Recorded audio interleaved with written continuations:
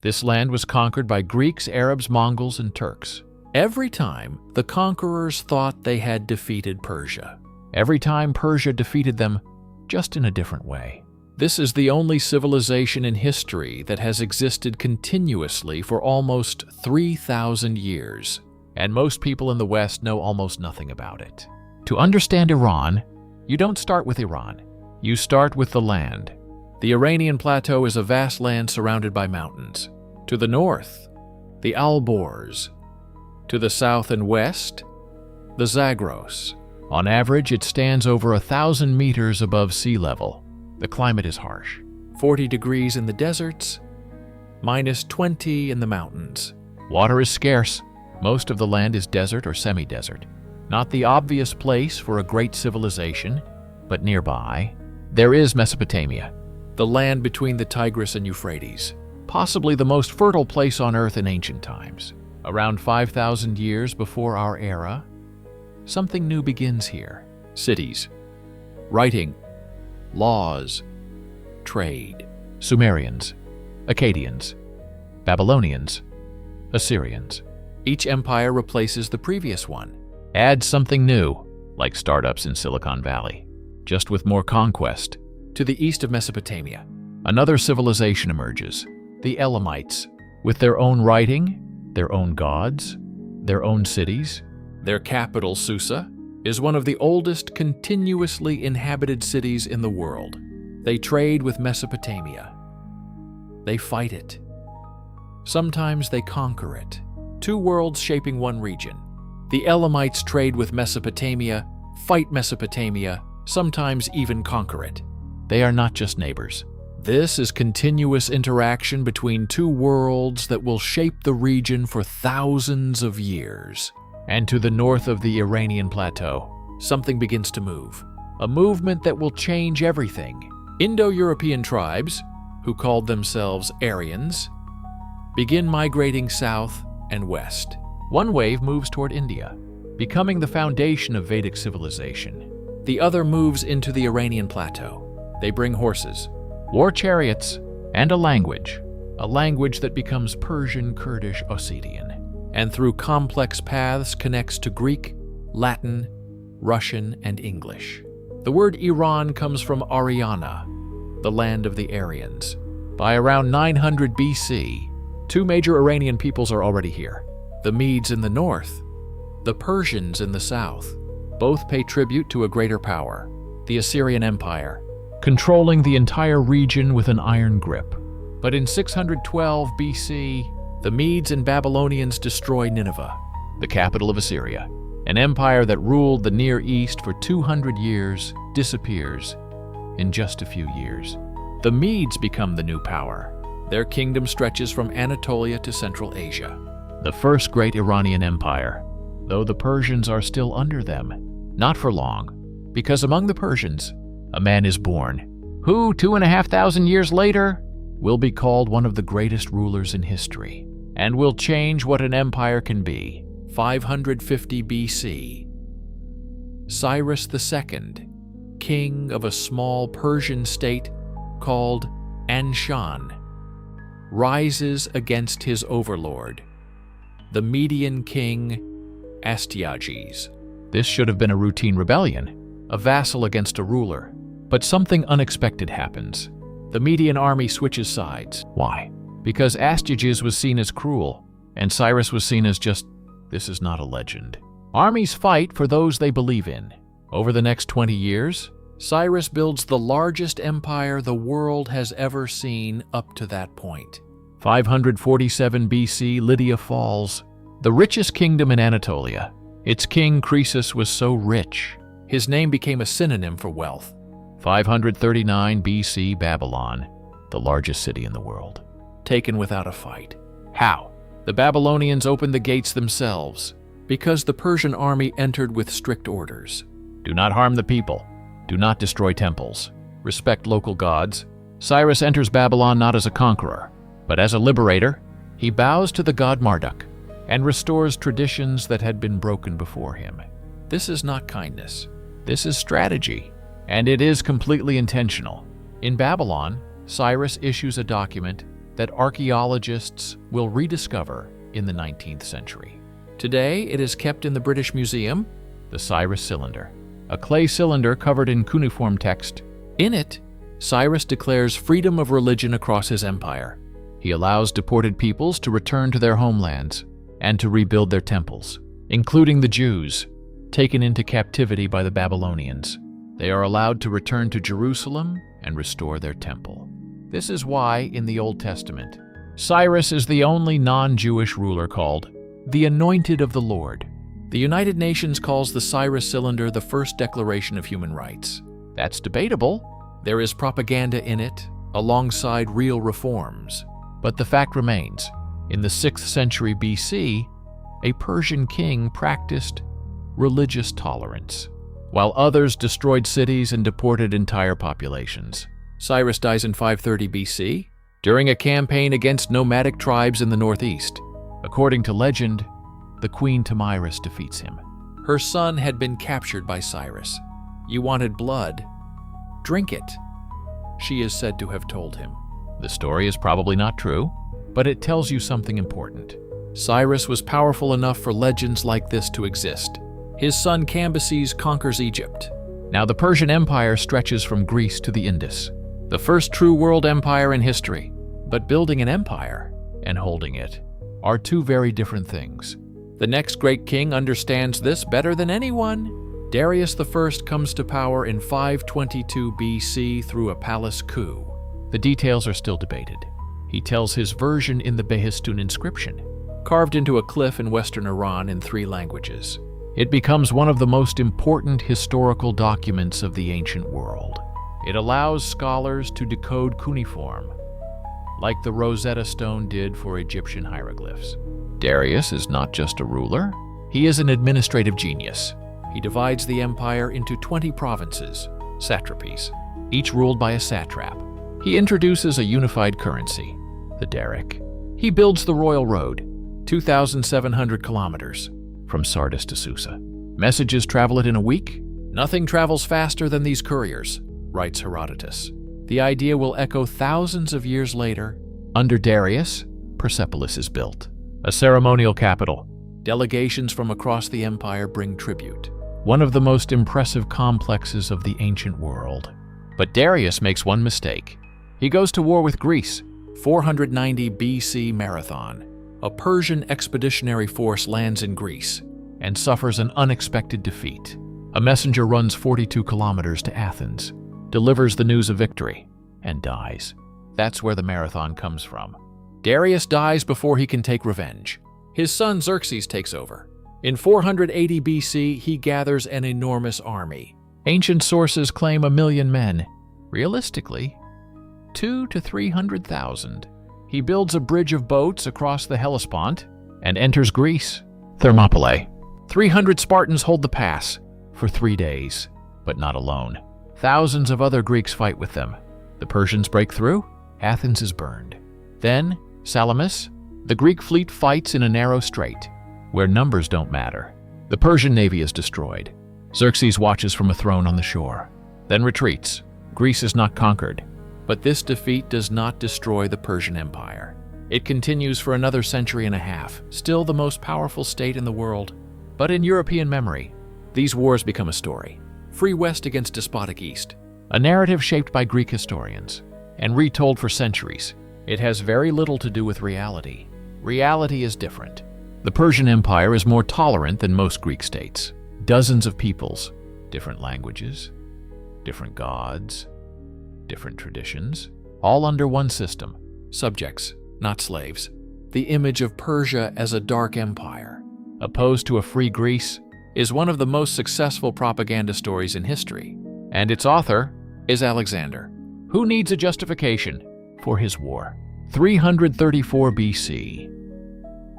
A 22-year-old Macedonian king crosses into Asia. Alexander crosses the Hellespont with around 40,000 men. Officially, he comes to avenge the destruction of Greek temples. In reality, he wants everything. In 7 years, he marches from Egypt to what is now Pakistan. The Achaemenid Empire collapses. Darius III, the last Persian king, runs, and is killed by his own people. 330 BC, Persepolis. Alexander burns the royal palace. Maybe drunk, maybe as revenge for Athens. Either way, it becomes ruins. It looks like Persia is gone. But something unexpected happens. Alexander falls in love with Persia. Literally, he starts wearing Persian clothes, introduces Persian court rituals, including proskynesis, a bow Greeks consider humiliating. He marries Roxana, a princess of Persian nobility. He organizes a mass wedding in Susa. 9,000 of his soldiers marry Persian women. He marries another Persian princess himself. His Macedonian commanders are furious. This is not what a conqueror looks like. It looks like he has been conquered. And in a way he has. Persian culture, Persian administration, the Persian way of ruling vast lands. All of it is simply too advanced to ignore. Alexander does not destroy Persian civilization, he becomes part of it. He dies in Babylon in 323 BC, at 32. The cause is unclear. Disease, poison, complications from past injuries. His empire falls apart immediately, divided among his generals. The Iranian plateau goes to Seleucus, founder of the Seleucid Empire. His descendants rule Persia for a century and a half. They are Greek, but over time, Persian culture absorbs them too. Within a few generations, they are no longer fully Greek. And then, from the east, the Parthians arrive, 247 BC. A nomadic tribe from the Central Asian steppe moves south. The Parni, an Iranian-speaking people, take the region of Parthia. Their leader, Arsaces, founds a new dynasty, the Arsacids. They expand slowly, pushing the weakening Seleucids out.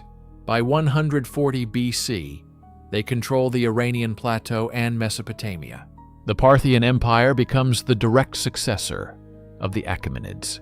Same lands, same administrative logic, same cultural base. Their greatest achievement is stopping Rome. 53 BC, the Battle of Carrhae. Marcus Crassus, the richest man in Rome, one of the three most powerful men in the Republic, marches east in search of glory. The Parthians surround his army. Horse archers, mobility, precision. The Roman legions collapse. Crassus is killed. The Roman standards are taken. This is the first major defeat of Rome by an Eastern power, and it defines a border, the Euphrates. Rome on one side, Parthia on the other. They fight, they trade, they send embassies, two superpowers sharing the world. The Silk Road runs through their lands. Silk from China, gold from Rome, all passing through Persia. Parthian merchants become the middlemen of the ancient world. But internally, the empire is unstable. Central power is weak. Local rulers act on their own. The army is a loose coalition of noble cavalry, and they have to be convinced to fight. 226 AD. The Parthian era ends. Ardashir, ruler of a small Persian kingdom in Fars, overthrows the last Parthian king. From this region comes the word Persia. He founds a new dynasty, the Sasanians. Persia is reborn. The Sasanian Empire is a deliberate restoration. Ardashir and his successors claim the legacy of Cyrus and Darius. They present themselves as heirs of the great kings of the past. They centralize power, create a professional army, and reform administration. And then they do something crucial. They make Zoroastrianism the state religion.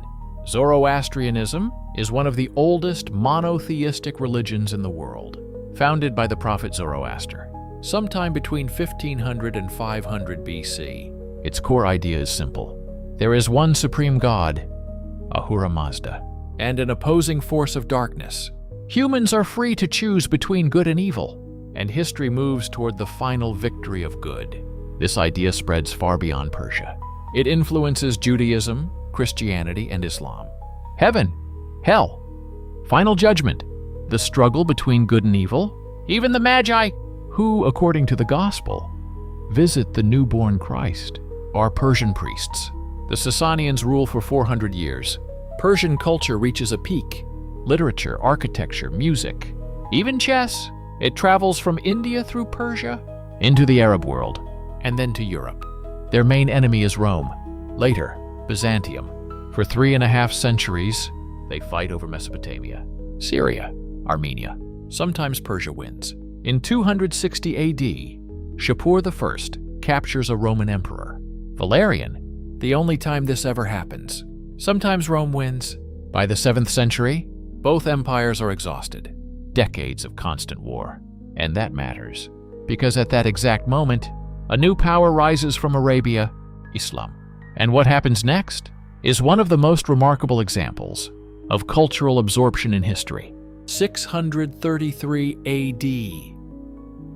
1 year after the death of Muhammad, Arab armies begin a rapid expansion. In 20 years, they conquer a territory that took Alexander 7 years of constant war to build. 636 AD, the Battle of Qadisiyah. The Sasanian army is defeated. 642 AD, the Battle of Nahavand, called the Victory of Victories in Arab sources. The last Sasanian king, Yazdegerd III, flees east and is killed in 651. The Persian Empire is gone. It looks like the end. But then, the Arabs conquer Persia. Persia conquers them, culturally. Over the next century, Persian language, administration, and culture spread into the core of the Islamic world. In 750, the Abbasids overthrow the Umayyads and move the capital to Baghdad. Not by accident. Baghdad stands almost exactly where the Persian capital Ctesiphon once stood.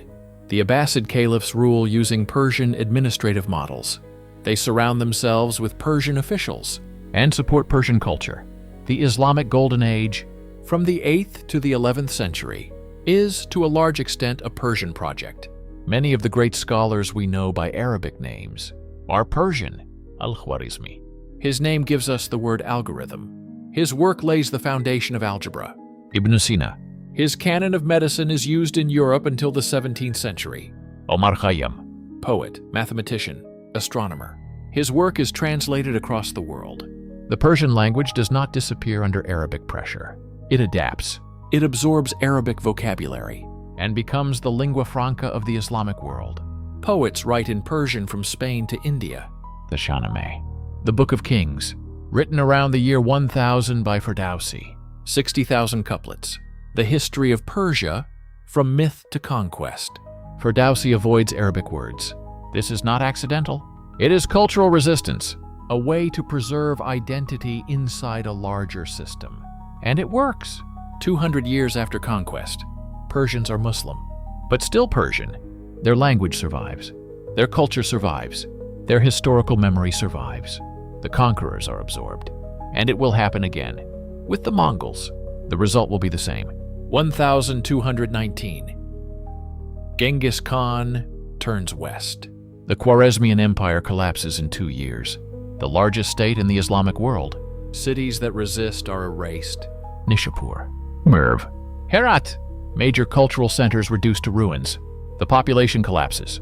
By some estimates, by a third or even half, irrigation systems built over centuries are destroyed. Some regions never recover until the 20th century. This is the worst catastrophe in Persian history. 1258. Baghdad falls. The last Abbasid caliph is killed. Centuries of knowledge are destroyed. The Tigris turns black with ink. This looks like the end of a civilization, but it is not. Again, the Mongols settle in Iran. They form the Ilkhanate, and like everyone before them, they are absorbed. In 1295, Ghazan Khan converts to Islam. The court speaks Persian. Architecture follows Persian traditions. Poets write in Persian. At the court of Ghazan Khan, the Persian historian Rashid al-Din writes something unprecedented. A universal history, covering Mongols, Chinese, Persians, Arabs, and Europeans. Funded by the Mongol court. Written in Persian, the conquerors are absorbed. Again, in the mid-14th century, the Ilkhanate collapses. Persia fractures. Then Timur arrives and destroys everything again. Pyramids of skulls, another demographic catastrophe. Timur dies. His successors settle in Samarkand and Herat and become patrons of Persian art and architecture. Again, Persia does not just survive. It transforms every conqueror into its patron. And then, in 1501, Something happens that will divide the Islamic world forever. 1501. A 14-year-old boy enters Tabriz at the head of an army.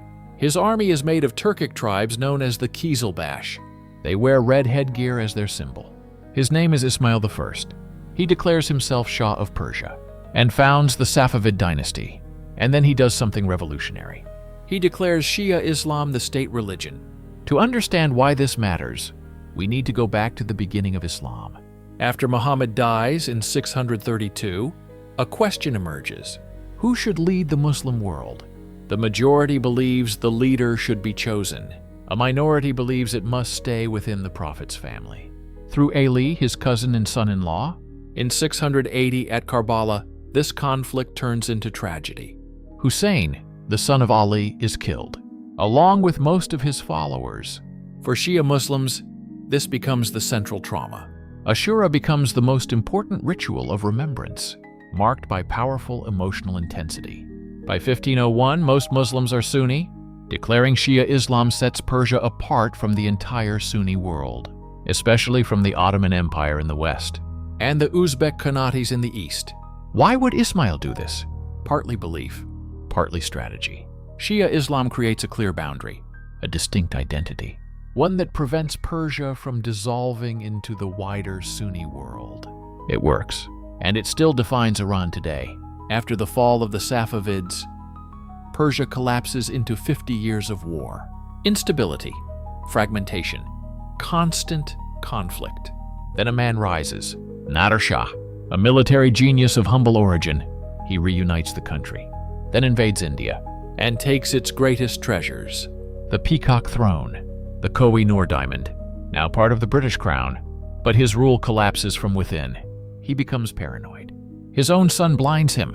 In 1747, he is assassinated. In 1796, a new dynasty takes power, the Qajars. They rule until 1925, and for the first time, Persia faces something new. Industrial Europe, superior technology, stronger armies, and a different kind of power. The Russo-Persian Wars begin and end in disaster.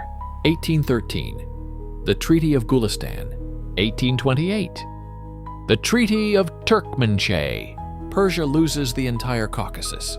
Georgia, Armenia, Azerbaijan, all taken by Russia. This is humiliation, and it is remembered. Like Brest-Litovsk for Russia, from the south, Britain presses. It controls India and sees Persia as a buffer. This is the Great Game, a struggle between empires. At Persia's expense, Afghanistan is lost. Baluchistan is lost. Trade is restricted. The Qajar rulers respond in the worst possible way. They sell concessions to foreigners for cash that is immediately wasted. In 1872, Shah Nasser al-Din signs a massive concession. Railways, minerals, state monopolies, all in exchange for a single payment. A British observer calls it the most complete surrender of a nation's resources in history. Public outrage forces it to be cancelled. But the pattern continues. In 1901, a British investor receives rights to search for oil. In 1908, oil is discovered, one of the largest reserves in the world. The Anglo-Persian Oil Company is created, later known as BP. Persia receives 16% of the profits. 16%. This anger builds for decades until it explodes in the 20th century. But before that, the constitutional revolution begins. Persians demand limits on royal power. A parliament is created. A constitution is written, the first of its kind in the Islamic world. A brief moment of liberalism, but it operates under constant pressure. In 1907, Russia and Britain divide Persia. North for Russia, south for Britain. Persia is not even consulted. A great civilization reduced to a pawn. This humiliation explains what comes next. 1921, a military officer takes power. Reza Khan. In 1925, he overthrows the Qajars and crowns himself Reza Shah. A new dynasty begins. He wants to modernize Iran, like Ataturk, but harsher. Railways are built, education is unified, secular courts are introduced, traditional clothing is banned, chadors removed, headgear forbidden. In 1935, Persia becomes Iran. The state grows stronger, but so does repression. Opposition is crushed. 1941, Britain and the Soviet Union invade. They need a supply corridor. Reza Shah is forced to abdicate. His son takes the throne, Mohammad Reza Pahlavi. And now begins the story that defines Iran's relationship with the West. Mohammad Mossadegh, prime minister, charismatic, respected. His idea is simple. Iran's oil should belong to Iran. In 1951, the parliament nationalizes the oil industry. He becomes a hero, not just in Iran, but around the world. Britain responds with a boycott. Iran's economy begins to suffocate. 1953, Operation Ajax, a joint CIA and MI6 operation. Mossadegh is overthrown. The Shah returns to power. Mossadegh is arrested. 3 years in prison, then house arrest for life. The United States admits its role in 2013. In Iran, it has a different name, Beast Wahisht Mordard, an open wound in the national memory. Every mention of Western interference leads back to this. The Shah rules for another 26 years. Oil money floods in. After 1973, even more. Modernization accelerates. The White Revolution, land reform, women's rights, education. Iran becomes a regional power, a key American ally. But there is a cost. The secret police, repression, rapid westernization, extreme inequality, and a growing belief that the Shah is a puppet. By the late 1970s, pressure reaches a breaking point. And when it explodes, the world is not ready. 1978, protests begin, and they spread. Liberals, leftists, merchants, students, clergy, all united by one thing: opposition to the Shah. One man becomes the symbol, Ayatollah Khomeini.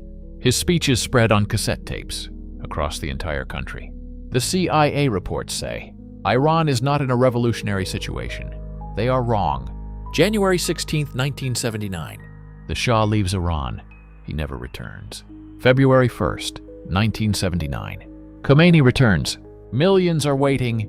What happens next is incredibly fast. The liberal government is pushed aside.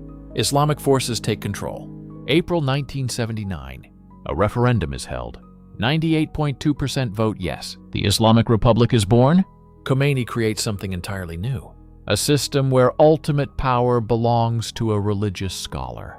Not a king, not an elected leader, but someone who interprets divine law. This has no real precedent in Islamic history. November 1979. Students seize the U.S. Embassy. 52 diplomats are taken hostage. For 444 days, relations between Iran and the United States collapse. It costs President Carter his re-election. The hostages are released on the day Reagan takes office. 1980. Iraq invades Iran, with quiet support from the West. The war lasts 8 years. Around 1 million dead. Chemical weapons are used. The world stays silent. In 1988, it ends. No real territorial changes. 8 years. Countless lives. And nothing changes.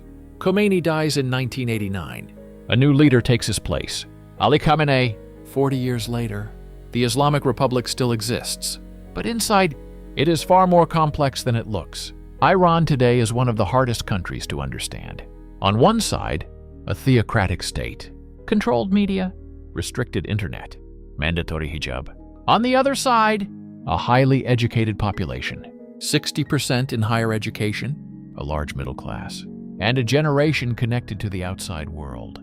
The system itself is complicated. There are elections, but candidates are filtered, and ultimate power sits above it all. This is not a classic dictatorship, not a Soviet-style system either. It is something entirely different. Iran has enormous energy resources, among the largest oil reserves in the world, and massive natural gas reserves. But sanctions limit everything. Access to global markets is restricted. The economy runs below its potential. The nuclear program becomes the center of global tension. Iran says it is peaceful. The West believes otherwise. In 2015, a deal is reached. Iran limits its program. Sanctions are reduced. In 2018, the United States withdraws. Iran resumes enrichment. Tensions return. Inside Iran, protests never stop. 2009, 2019, 2022. Mahsa Amini. Woman, life, freedom? Women remove their hijabs. Protests spread nationwide. They are suppressed. But the anger remains. Iranian youth is highly educated and deeply frustrated. Many leave. They say the same thing. We love our country. We hate the system. On the global stage, Iran is a regional power with a wide network of influence. Hezbollah, Hamas, Houthis, militias in Iraq. This creates constant tension. Its relationship with Israel is even more volatile. Before 1979, they were allies. Now they are enemies. In April 2024, Iran launches a direct strike. Hundreds of drones and missiles. Most are intercepted. Israel responds. The world watches, holding its breath. Two nations, 80 million people each, both with nuclear potential. A Cold War that could turn hot. 3,000 years. Alexander, Arabs, Mongols, Turks. Each time it looked like the end. Each time Persia came back, often changing its conquerors before they realized it. Why? First, language. Persian survived where others disappeared. Poetry written centuries ago is still understood today. Second, cultural confidence. Persia never saw itself as inferior. Third, geography. A crossroads of civilizations. What did Persia give the world? Early ideas of human rights, concepts of heaven and hell, algebra, algorithms, chess, poetry. And today, that legacy is still there.